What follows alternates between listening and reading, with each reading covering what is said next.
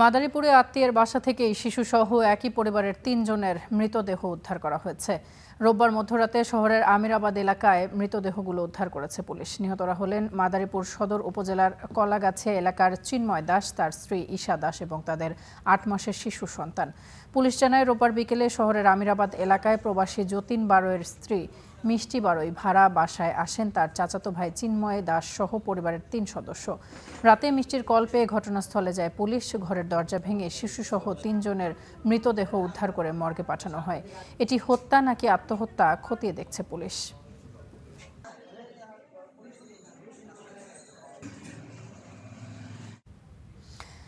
এই বিষয়ে আরো বিস্তারিত জানতে মাদারীপুর থেকে যুক্ত হচ্ছে সহকর্মী আকাশ আহমেদ সোহেলের সঙ্গে। সোহেল, এই মুহূর্তে পরিস্থিতি জানতে চাই। মৃতদেহগুলো তো মর্গে পাঠানো হয়েছে, পুলিশ কি বলছে এবং যারা স্থানীয় রয়েছেন তারা কি বলছেন? আত্মহত্যা বলে সন্দেহ করা হচ্ছে, সব মিলিয়ে পরিস্থিতি কি?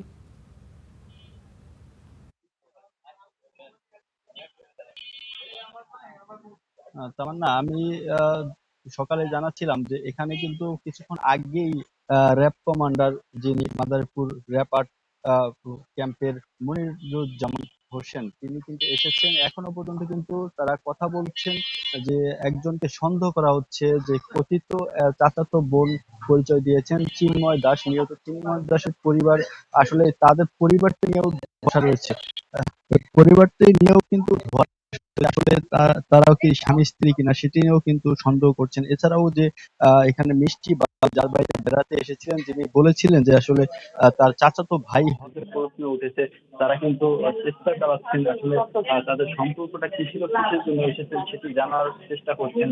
র্যাব কিন্তু বিষয়টা খতিয়ে দেখছেন। আমরা কিছুক্ষণ আগেই কথা বলেছিলাম র্যাব কমান্ডার, মাদারীপুরের যে কমান্ডার কথা বলেছি, তিনি যেমনটি জানিয়েছেন আসলে তারা চেষ্টা করছেন যে এখানকার পরিস্থিতি, সার্বিক পরিস্থিতি বিষয়ে তারা আইনি পদক্ষেপ নিচ্ছেন, তারা চেষ্টা চালাচ্ছেন, তারা তদন্ত করছেন। এখন পর্যন্ত তাদের হাতেও কিন্তু তেমন কোনো খবর আসেনি, তারা কিন্তু খতিয়ে দেখার চেষ্টা করছেন। তারা বারে বারে কিন্তু কথা বলছেন, প্রথম ধাপে কথা বলছেন, দ্বিতীয় ধাপে কিন্তু সেই মিষ্টি বারোয় যে এই বাসাটির ভাড়াটিয়া রয়েছেন তার সাথে দ্বিতীয় ধাপে আবার কথা বলছেন, তার সাথে কথা বলে জানার চেষ্টা করছেন আসলে কি ঘটেছিল, আসলে কি তারা আসছেন কিনা। স্থানীয় যারা রয়েছেন আশেপাশে, যারা এলাকাবাসী রয়েছেন, তারা কিন্তু এই মিষ্টি বারোয়কে দীর্ঘদিন এলাকাবাসী রয়েছেন, তারা কিন্তু এই মিষ্টি বারোয়কে দীর্ঘদিন দেখেছেন, কিন্তু কেউ জানতেন না যে এই বাসাটিতেই ৩.৫ বছর কিন্তু তারা বাসা ভাড়া থাকতেন।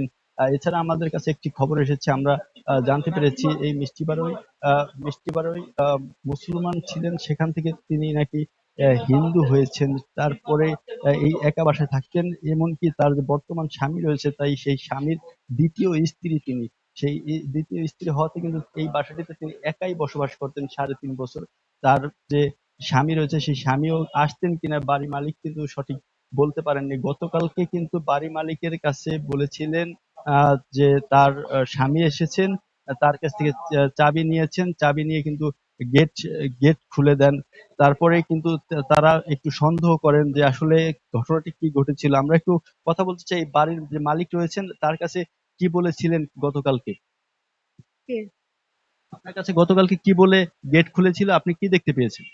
তার স্বামী আসছে, সে গেট খুলতে চায়, এই জন্য আমার কাছে চাবি চাইছে, যে তার স্বামী আসছে গেটে, সে ভিতরে আসবে, এই জন্য আমার কাছে চাবি চাইছে।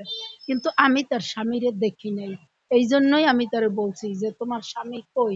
সে বলছে যে পুরান বাজার গেছে বাজার করতে, রাত্রি 11টায় সে এই কথা আমারে জানাইছে।